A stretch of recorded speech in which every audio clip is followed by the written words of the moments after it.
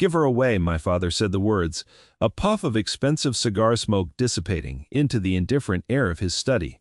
"To anyone. A distant cousin in the north. Some merchant with aspirations. It hardly matters. Just see it done, Anya."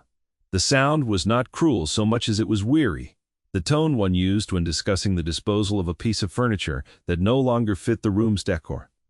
I, Alara, was that cumbersome, ill-fitting chair. I stood just outside the door, my hand frozen on the brass knob, the polished wood suddenly cold as a tombstone beneath my fingers.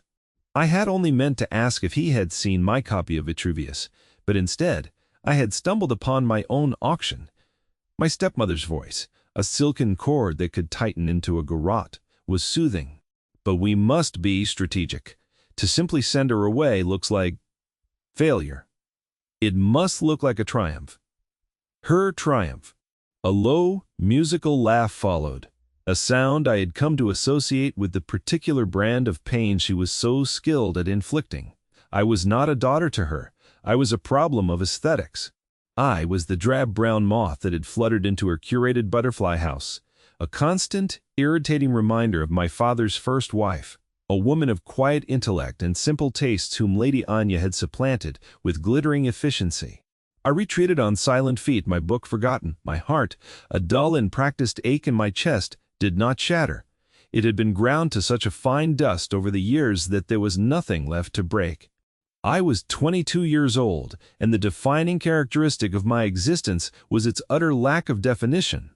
I was the shadow cast by my younger beautiful stepsister, Rosalind. Where she was gold, I was gray. Where she was a symphony, I was the silence between notes.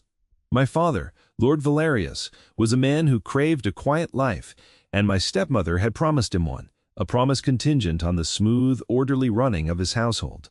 I, with my plain face, my penchant for dusty books on architectural theory, and my complete inability to master the art of charming repartee, was a disruption to that order. I was a loose thread in my stepmother's perfect tapestry. The triumph she had planned revealed itself a week later. It was to be the grandest ball of the season, held in our own home, a celebration of Rosalind's 19th birthday. The house was transformed. Ribbons of ivory and gold cascaded from the ceilings, and the air grew heavy with the scent of 1,000 forced-bloom roses. I was permitted to attend, a concession that felt more like a prelude to an execution. My dress was a dull pewter silk, a color chosen by Lady Anya to, in her words, complement my quiet nature. It was the color of invisibility, of rain on a slate roof, of forgotten things. Rosalind, by contrast, was a vision in cream and pearls, her laughter echoing in the halls as she descended the grand staircase, my father beaming at her side. I found a small alcove behind a monstrous fern, a familiar sanctuary in a house that had ceased to be my home. From there, I could observe without being observed. I watched the dancers, a swirling vortex of color and sound, their movements a language I could not speak. My own world was one of lines and angles, of stress points and load-bearing walls. I found more beauty in the vaulted ceiling above, in the precise geometry of its supporting arches, than in all the glittering jewels below. I was tracing the line of a flying buttress in my mind when Lady Anya's voice, amplified by the sudden hush of the orchestra, sliced through the room. "My dearest friends," she began, her smile a brilliant, predatory thing. "As we celebrate my darling Rosalind, I thought we might indulge in a little whimsy. A game." A polite titter of anticipation went through the crowd. "We have amongst us a hidden treasure, a lady of quiet virtues and untold depths, who is yet to be claimed for a dance this evening, my dear stepdaughter, Ilara." A spotlight of horrified silence fell upon my alcove. I felt hundreds of eyes turn pinning me to the velvet curtain like a specimen. My blood ran cold, then hot with a shame so profound it threatened to suffocate me. This was it. This was the strategic triumph. She was not merely giving me away. She was turning my disposal into a public spectacle. "And so," she continued, her voice dripping with false sweetness, "I propose a lottery, a whimsical raffle for the honor of a dance with our shy Ilara. Who will be the lucky gentleman to uncover this hidden gem?" The silence that followed was no longer polite. It was a thick, suffocating blanket of pity and morbid curiosity. It stretched for an eternity. No one moved. No one spoke. The humiliation was a physical thing, a crushing weight on my chest. I wanted the floor to swallow me, to crumble into the very foundations I so admired and disappear. My father would not meet my eyes. Rosalind looked confused, a flicker of discomfort on her perfect face, but she did not understand the depth of the cruelty. I was being publicly auctioned, my worthlessness laid bare for the entire county to see. Track! And then, the heavy oak doors at the far end of the ballroom swung open. The sudden movement drew every eye, a collective gasp of relief that the unbearable tension had been broken. A man stood framed in the doorway, a figure of such stark, severe authority that the very air seemed to thin around him. He was tall and dark, dressed in immaculate black that seemed to absorb the candlelight, leaving nothing but a silhouette of power. His face was all harsh lines and shadows, his expression a mask of cold neutrality. Duke Alaric of Blackwood. The name swept through the room in a series of urgent whispers. He was a legend, a recluse of immense wealth and influence who had not attended a social event in nearly a decade. He was a ghost, a story parents told their children, and now he was here, a solid, breathing interruption to my abject humiliation. He did not move for a long moment. His gaze, a startlingly pale gray, swept across the ballroom, missing nothing. It passed over the glittering chandeliers, the stunned faces of the guests, the saccharine, frozen smile of my stepmother. It passed over Rosalind's breathtaking beauty without a flicker of interest. And then his eyes found me. They settled on my corner, on my pathetic, pewter-clad form half hidden by the fern. He saw me. In a room where I had perfected the art of being invisible, this man, this impossible man, saw me. His gaze was not pitying, it was unnervingly direct, an assessment. He took in my rigid posture, the tremor in my hands, the desperate prayer for oblivion in my eyes. He saw the entire pathetic tableau that Lady Anya had so carefully constructed. He saw the trap, and he saw the bait. My stepmother, recovering her composure, glided forward. "Your Grace," she purred, extending a hand he made no move to take. "What an unexpected honor! We were just engaging in a little folly to amuse our guests." The Duke's eyes did not leave mine. He took a single step into the room, then another. His boots made no sound on the marble floor, but his presence was a thunderclap. He walked directly toward my alcove, his path cleaving through the stunned crowd as if they were nothing more than mist. He ignored my father's stammered greeting. I passed Rosalind's starstruck gaze and paid no heed to my stepmother, who trailed in his wake, her perfect smile beginning to fray at the edges. He stopped directly in front of me. The sheer scale of him was overwhelming. I had to tilt my head back to meet his gaze. Up close, his face was even more severe, carved from granite and shadowed with a sorrow I could not name. He looked at me, and the world fell away. There was no ballroom, no staring crowd, no cruel game. There was only the unnerving stillness of his attention. Then he spoke, and his voice was a low, quiet rumble that nonetheless carried to every corner of the silent room. "The lottery is closed." He did not look at Lady Anya as he said it. His words were for me alone, yet they were a proclamation to all. He extended a gloved hand. It was a gesture of command, not invitation. "I will have this dance." As the collective shock in the room was a palpable wave. My stepmother's face was a mask of disbelief. Her plan not just foiled but spectacularly detonated. My father looked as if he might faint. I could do nothing but stare at the offered hand, a dark shape against the pale light. It felt like a lifeline, but it could just as easily be an anchor, pulling me into even deeper, more dangerous waters. Hope was a fool's errand, a poison I had long ago purged from my system. This had to be pity, a grand ducal gesture of charity for the pathetic creature in the corner. He was making a point, using me as a pawn in some social game far above my comprehension, a rebuke to my stepmother's vulgarity. The thought was a cold comfort, but it was the only one that made sense. His grip was firm, steady, and unexpectedly warm. He led me to the center of the floor. The orchestra, after a moment of panicked confusion, began to play a slow, hesitant waltz. He pulled me into the frame of the dance with an effortless, practiced grace. One hand rested on the small of my back, a point of burning heat through the thin silk. The other held mine securely. We began to move. Wah! I was clumsy at first, my feet tangled in years of ingrained awkwardness, but he guided me with an unyielding certainty that left no room for error. We danced in a bubble of silence, the whispers of the crowd a distant, buzzing hive. I kept my eyes fixed on the knot of his cravat, unable to meet that intense gray gaze. I felt like a fraud, a field mouse partnered with an eagle. "You are a student of architecture, are you not, Miss Ilara?" he asked, his voice low and close to my ear. The question was so unexpected it startled me into looking up. Yes, Your Grace. How did you know?" "I attended Lord Ashworth's dreary solstice dinner last winter," he said, his expression unchanging. "You were there, in a corner, by the east window. You spent 10 minutes explaining to a deaf old baroness why the cantilevered balcony was an aesthetic mistake and a structural risk. A ghost of something, not quite a smile, but a lessening of severity, touched his lips. You were correct, by the way. It collapsed 2 months ago." I stared at him, my mind reeling. He wasn't pitying me. He hadn't chosen me at random. He remembered me.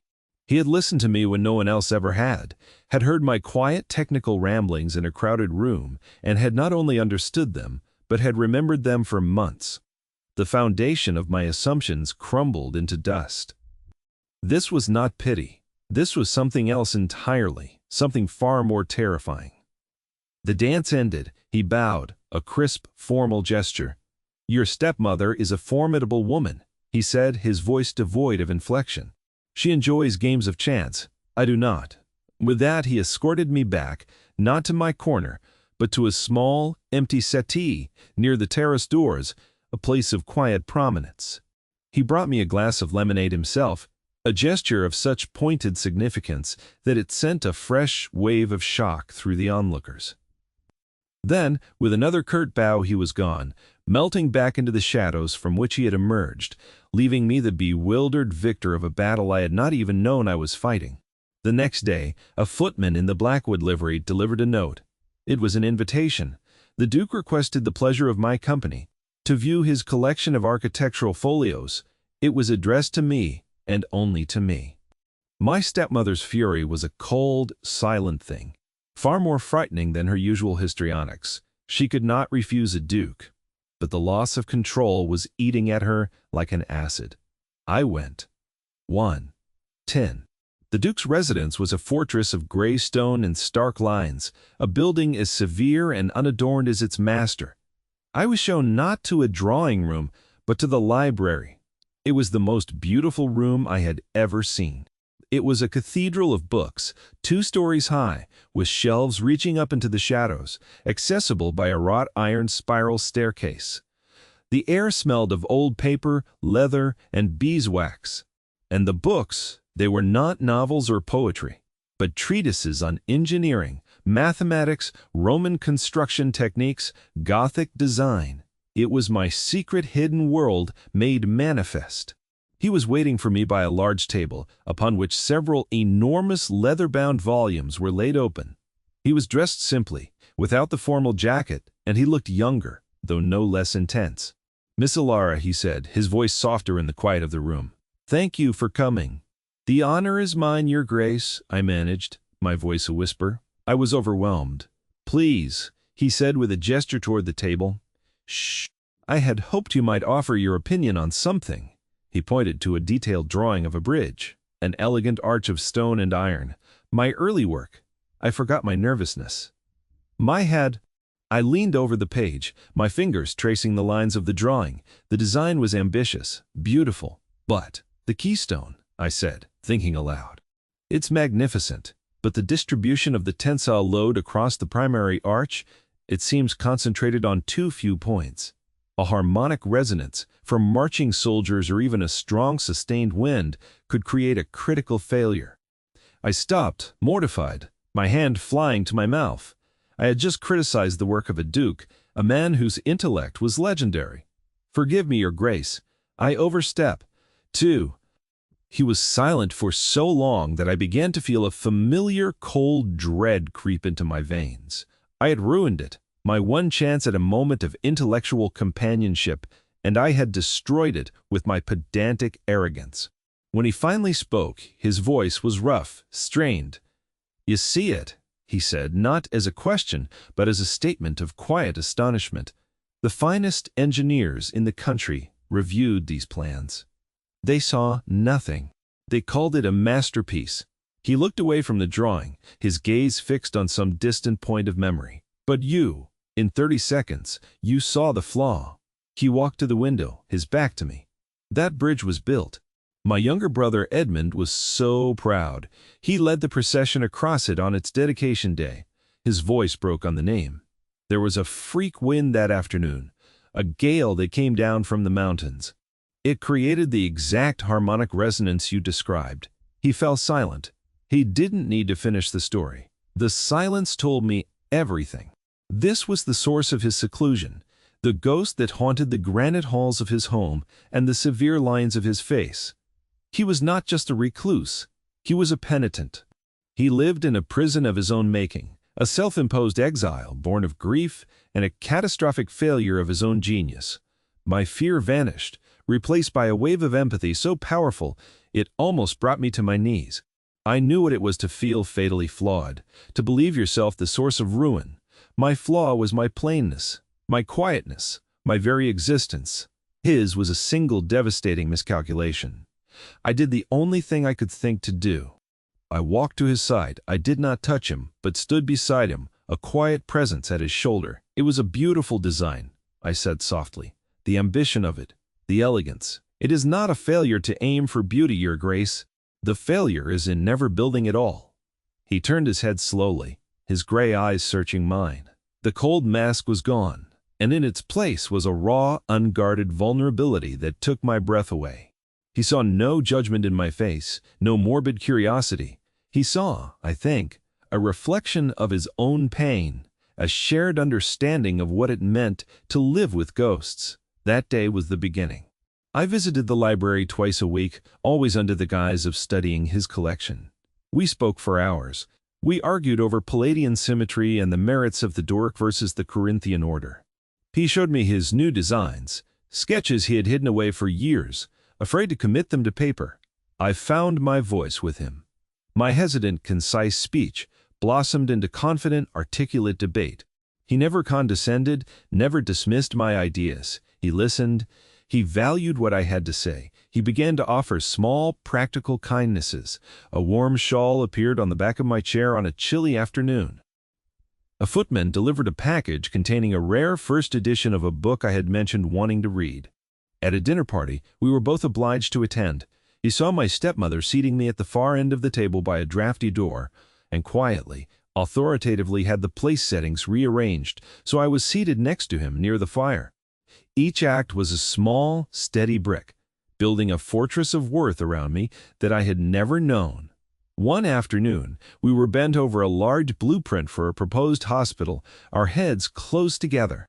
The scent of him, clean linen and old paper, was intoxicating. As I pointed to a detail on the plans, my fingers brushed against his. A jolt, sharp and electric, shot up my arm. I started to pull away, but he caught my hand, his fingers lacing through mine. He did not look at our joined hands, but at me, his gaze so intense it felt as if he were reading the very architecture of my soul. His thumb stroked the back of my hand, a slow, deliberate gesture that made my heart hammer against my ribs like a trapped bird. In that moment, the world of blueprints and calculations dissolved, replaced by a new, terrifying, and exhilarating geometry of feeling. He was no longer just the Duke, and I was no longer just the overlooked intellectual. We were, Alaric and Alara, and the space between us was charged with attention that had nothing to do with structural engineering. My stepmother was not blind. She saw the change in me, the faint spark of life in my eyes, the confidence in my posture. She saw the Duke's continued focused attention, and she saw it as a threat. Her plans for Rosalind, whom she had hoped to pair with some lesser, more malleable aristocrat, were being overshadowed. But worse, I was slipping from her control. A happy, valued Alara, was a useless Alara. Her attack was swift and cruel. A letter arrived for me, bearing the Duke's seal. I opened it with trembling hands, my heart full of a hopeful anticipation that was still new to me. The words inside were a splash of ice water. The script was a passable imitation of his, but the tone was all wrong, cold and dismissive.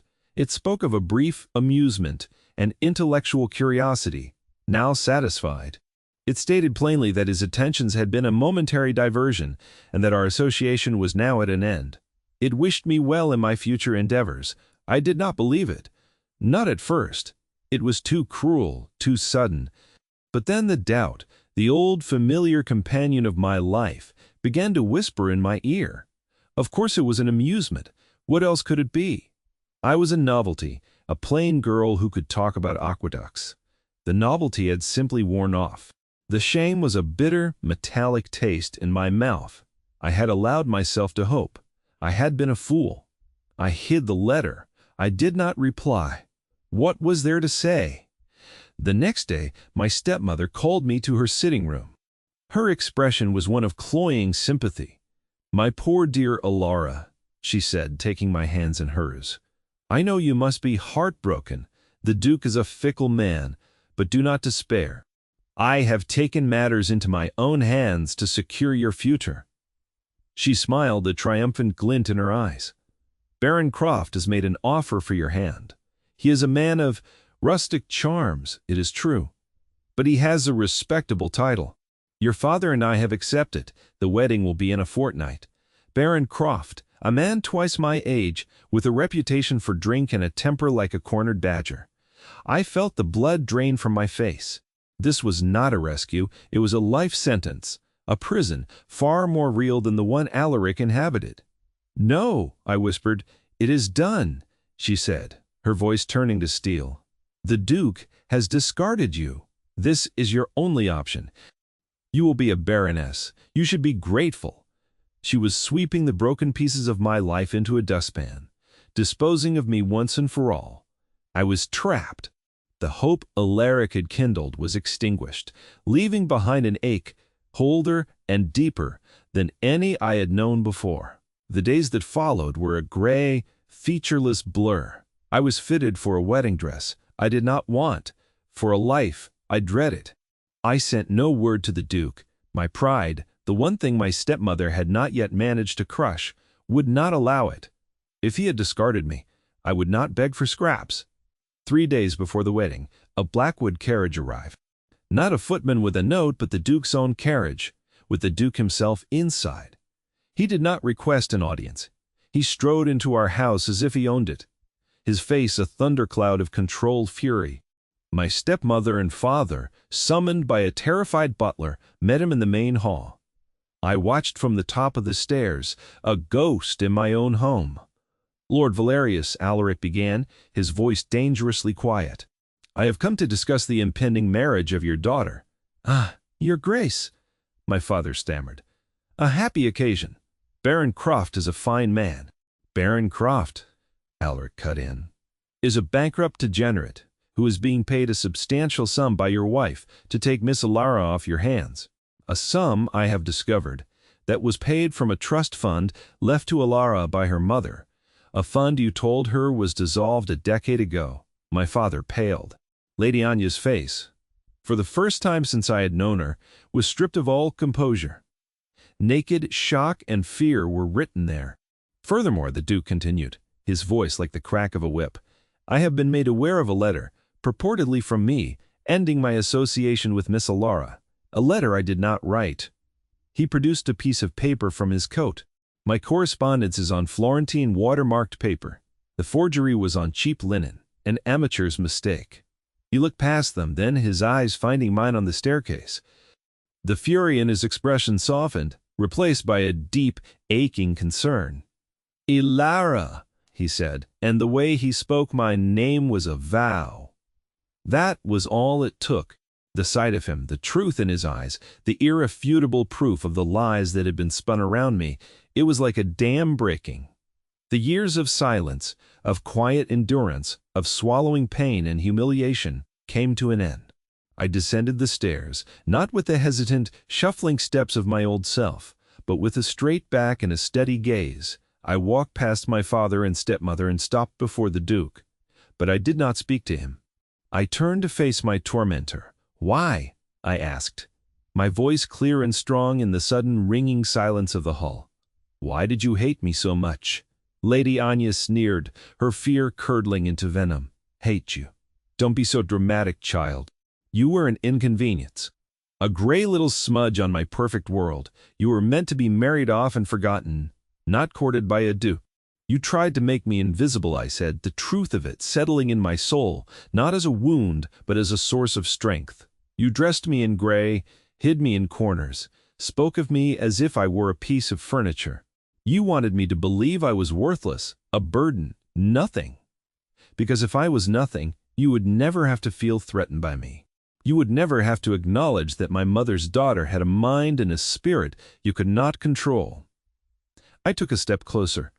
"But a foundation is not worthless because it is unseen.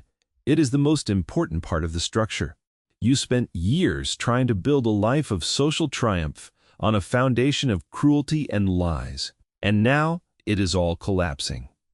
My voice did not shake. For the first time, I was not the victim in the corner. I was the architect of my own truth, and my words were stones, each one landing with devastating weight. "You did not make me nothing," I said, my voice dropping to a near whisper, but carrying more power than any shout. "You only proved that you were." She lunged for me. Then, her mask of civility utterly shattered, a hiss of pure rage escaping her lips. But Alaric moved, quicker than I would have thought possible, stepping between us, a solid, immovable wall. "That is enough," he said, his voice low and final. He turned to my father, who stood by, pale and trembling. "Valerius, you will see to your wife. The betrothal to the Baron is cancelled. The matter of the stolen trust will be handled by my solicitors. Elara will be coming with me." It was not a request. My father, broken and ashamed, could only nod. My stepsister Rosalind, who had appeared during the confrontation, ran to my side, her eyes filled with tears of horrified understanding. "Elara, I am so sorry," she wept. "I never knew." I looked at her, and for the first time I felt not resentment, but a flicker of pity. She was a part of this broken structure too. I allowed Alaric to lead me away, out of the house that had been my prison and into the waiting carriage. We rode in silence, the rhythm of the horse's hooves, a steady, comforting beat. He took me back to his home, to the library, our sanctuary. The late afternoon sun streamed through the tall windows, illuminating the dust motes dancing in the air like tiny golden possibilities. He stood before the fireplace, the light catching the silver threads at his temples. The fury had passed, leaving behind a deep, quiet solemnity. "She will not trouble you again," he said.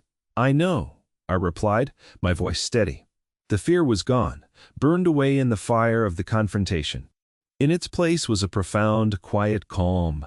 I felt free. He turned to face me fully, his gray eyes holding an emotion I had only just begun to dare to name.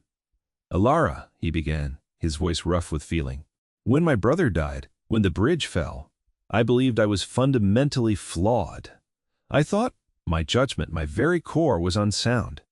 I retreated from the world, from building, from creating anything, for fear that it too would crumble and hurt those I cared for." He took a step toward me, closing the space between us. "But you see the world differently. You don't just see the facades, the decorations. You see the foundations. You see the truth of how things are built. You saw the flaw on the bridge, and you saw the man behind the title. You looked at my ruin, and you were not afraid." He reached out, his hand gently cupping my cheek. His touch was not a brand of ownership, but a question, a plea. "I have been living in a ruin of my own making for a decade. I am tired of the silence and the shadows. I want to build again. But I cannot do it alone." His voice dropped thick with a vulnerability that undid me completely. "I am not rescuing you, Elara. I am asking you to rescue me. I am asking you to be my partner, my architect, my wife." I would be honored if you would help me build something new, something that will last. Tears I had refused to shed in my old home now welled in my eyes, but they were not tears of sorrow. They were tears of profound, overwhelming relief. He saw me. He had always seen me. Not as a project, not as a plain girl, not as a hidden gem to be uncovered, but as his equal, his partner. Yes, I breathed. The word, a release of a lifetime of held breath. Yes, Alaric. He searched my face, his own expression alight with a joy so pure, it was almost painful to behold. It transformed his severe features, chasing away the shadows and revealing the man he was meant to be. He lowered his head, and his lips met mine. The kiss was not a spark, but a deep, slow fire. It was the end of a long, cold winter. It was the feeling of a keystone sliding perfectly into place, making the entire structure sound and whole. It was the feeling of coming home. 1 year later, I stood on the wind-swept ridge overlooking the valley where a scar of rubble had once marred the landscape. Beside me, Alaric, my husband, held my hand, his grip warm and familiar. Below us, a new bridge spanned the river. It was a soaring, elegant design of pale stone and gleaming steel, a testament to both strength and beauty. Our design, the Alaric and Alara Bridge, the dedication plaque read, I was the Duchess of Blackwood now, a title that still felt foreign on my tongue. But I was more than that. I was an architect, a partner, a wife. I was seen. I was valued. The library in our home was no longer just his sanctuary. It was our shared workspace, our desks pushed together, our sketches and blueprints, mingling in a happy, chaotic mess. We were designing a new public library for the city, a building of light and air, with soaring, reading rooms, and quiet alcoves for people to get lost in worlds of their own. My father, having finally severed ties with Anya, had begun a tentative correspondence. He was a changed man, quieter, more thoughtful. Rosalind visited often, and our sisterhood, once a thing of shadows and contrasts, was slowly being rebuilt on a new foundation of honesty and affection. Alaric squeezed my hand, drawing me from my thoughts. He pointed to the far side of the bridge where a group of children were chasing a dog, their laughter carrying on the wind. Look, he said, his voice filled with a quiet wonder that I knew I would never tire of hearing. It holds. I leaned my head against his shoulder, my heart full. The world had once tried to convince me I was a flaw in the design, a drab, useless thing to be hidden away. But this man, this wonderful, perceptive man, had shown me that I was not the flaw. I was the foundation. And together we were building a life more beautiful and more enduring than anything I had ever dared to read about in my books. I was no longer invisible. I was home.